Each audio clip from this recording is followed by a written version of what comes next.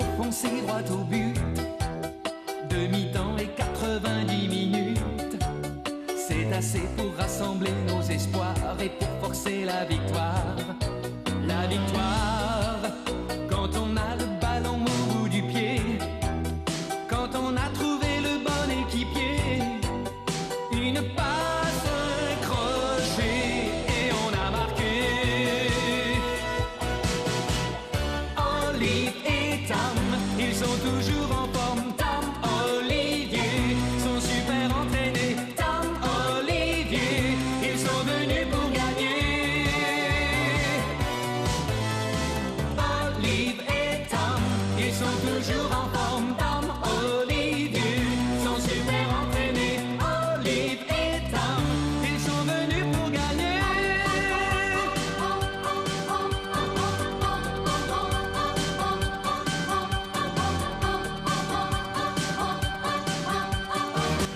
Hello les passionnés, j'espère que vous allez bien. On se retrouve aujourd'hui pour la présentation de ma résine du Golden Twin Shot de la licence Olive et Tom.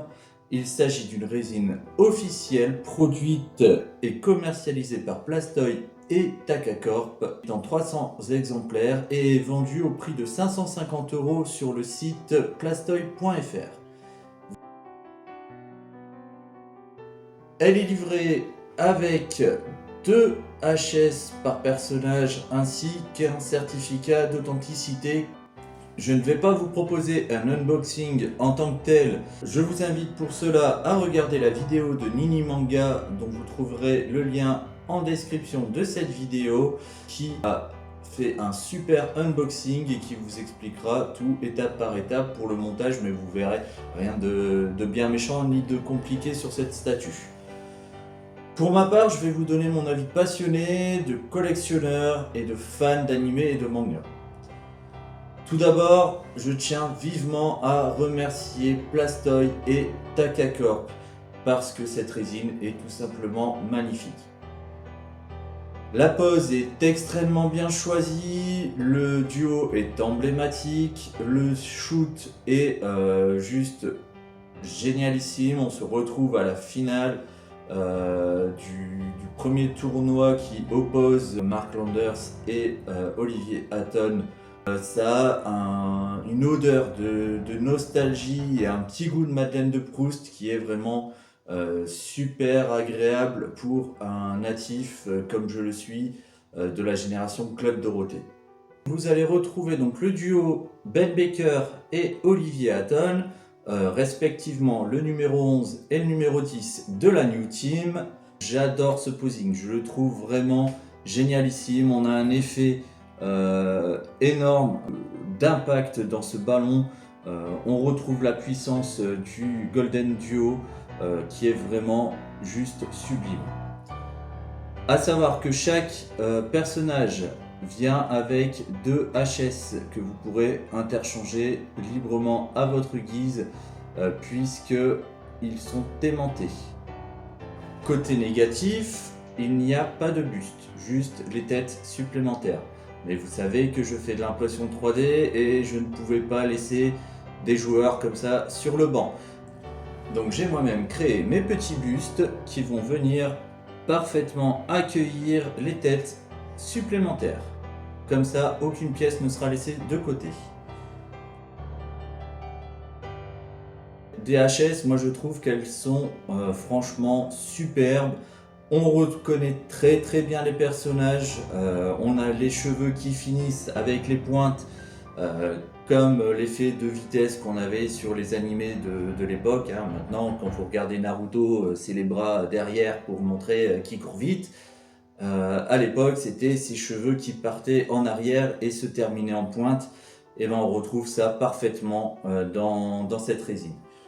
Les tenues sont extrêmement bien réalisées, elles sont très jolies. Vous retrouvez sur les chaussettes des textures qui sont différentes des tenues, donc c'est superbe puisque concrètement ça représente bien la réalité du coup ça donne un aspect justement de réalité, si on peut le dire, à ces personnages de fiction. Le ballon, comme vous pouvez voir, n'est pas du tout rond, mais c'est normal. Si vous êtes fan de la licence, vous savez bien que les ballons se déforment à chaque fois suivant la puissance des frappes des joueurs. Là, il encaisse à la fois la frappe de Ben Baker et d'Olivier Hatton, donc c'est normal qu'ils s'en sortent pas très bien. Donc vous retrouvez bien cet effet de déformation et cette puissance dans l'aspect posing, puisque vous voyez cette espèce de V formé par les joueurs, les jambes qui viennent taper ce ballon, le ballon déformé. Vous avez également des petites traces de peinture un peu partout sur le ballon qui vont rendre un effet de mouvement à cette frappe. Et vous retrouvez également cet élément de force de frappe dans les éléments translucides que vous avez disposés un peu partout sur la base, qui sont vraiment super bien réalisés. Attention, malgré tout, comme vous voyez, ça se détache assez facilement, donc si vous devez transporter votre statue, je vous conseille de les enlever avant. Et ça se repositionne tout seul, mais par contre, ceux-là ne sont pas aimantés, donc faites très attention lorsque vous les déplacez. Voilà, donc moi personnellement, je trouve que le positionnement des joueurs, le ballon, les effets translucides de la base donnent un effet de puissance et de mouvement à cette résine. On a vraiment l'impression que le ballon va nous atterrir dessus, qu'on va se le prendre en pleine face. Donc préparez vos gants pour réceptionner cette frappe. Et on passe maintenant à la base. Alors, je vois tout de suite certains d'entre vous qui vont me dire: ah non mais pardon, mais on joue sur des terrains de foot plat, pas sur des collines. Moi je dis que là il n'y a plus rien qui va. Carte ton rouge. Oh oh, alerte au gogol! Alerte au gogol les enfants! Alors toi, ce qui te choque, c'est la forme arrondie du socle. Mais ça te choque pas que dans l'animé, les terrains font à peu près 3 km de long, que les joueurs grimpent sur les poteaux, les transversales, font des retournées acrobatiques, que les frappes arrivent à casser les murs de béton, à transpercer les filets. Il faut partir du principe qu'il s'agit d'un animé. Le côté non réaliste du socle ne choque absolument pas. Alors, pourquoi une base bombée? Parce que va te faire. Laissons au chef ce qui lui appartient si tu veux bien. Donc pour moi, plusieurs raisons à ce choix. Tout simplement, la première, c'est pour donner un peu de volume en hauteur à cette résine qui est très portée, donc comme vous le voyez sur les côtés et l'aspect profondeur. Donc rajouter un élément voûté sur le socle, ça va permettre de gagner un peu en hauteur et donner donc un équilibre à l'ensemble. Ensuite, ça va permettre d'insérer très facilement du coup les éléments qui viennent s'ajouter au socle, puisque c'est tout un système de plug que vous allez retrouver. Et le deuxième élément d'explication pour moi, c'est quand vous allez exposer cette statue en hauteur. Par exemple, moi je la mets à hauteur des yeux. Et à hauteur des yeux, imaginez un socle plat, vous verrez pas le terrain. Vous allez voir juste la bordure ici marron avec peut-être une petite démarcation verte, mais c'est tout. Là, le fait qu'elle soit bombée, ça vous permet à hauteur des yeux de voir l'intégralité du socle en plus des personnages, donc de profiter pleinement de cette statue. Au niveau du montage maintenant, donc comme je vous l'ai indiqué, je vous invite à aller sur la vidéo de Nini Manga qui va vous montrer étape par étape comment elle procède, mais concrètement ça se passe très facilement. Vous n'avez pas 50 milliards de pièces, les corps viennent en entier, vous avez juste à ajouter les têtes, les bras et les jambes. Vous ne pouvez pas vous tromper puisque Plastoy a fait ça très intelligemment. Ils ont mis des plugs de taille différente, enfin de forme différente, pardon, pour que vous ne trompiez pas entre Ben Baker et Olivier Hatton. Et ça rentre parfaitement sans forcer et vous avez pour maximum 5 minutes d'assemblage sur cette résine.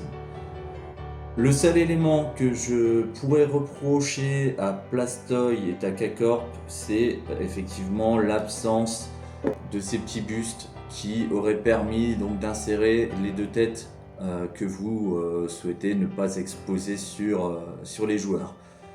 Mais ça reste pour moi le seul et unique point négatif entre guillemets, puisque voilà, vous avez vu, hein, j'ai très facilement pallié à ce problème. J'ai opté pour pas faire un copier-coller simplement, pour passer sur l'insigne de la Nankatsu, qui est donc la New Team en version japonaise. Pour moi, cette résine, c'est clairement un must-have. Plastoid Takacord, comme je le disais, vous avez vraiment fait un travail du tonnerre. Elle est juste magnifique. Chapeau bas les gars, vous avez assuré, vous avez fait un travail de malade. Et c'est pour moi la statue coup de cœur de ma collection. Cette vidéo est à présent terminée. Si vous l'avez aimé, je vous invite à mettre un petit pouce bleu, à vous abonner et à activer la cloche de notification pour recevoir les alertes lors de la mise en ligne de nouvelles vidéos. Et sur ce, je vous dis à très bientôt et je vous souhaite une belle journée et une bonne collection. Ciao!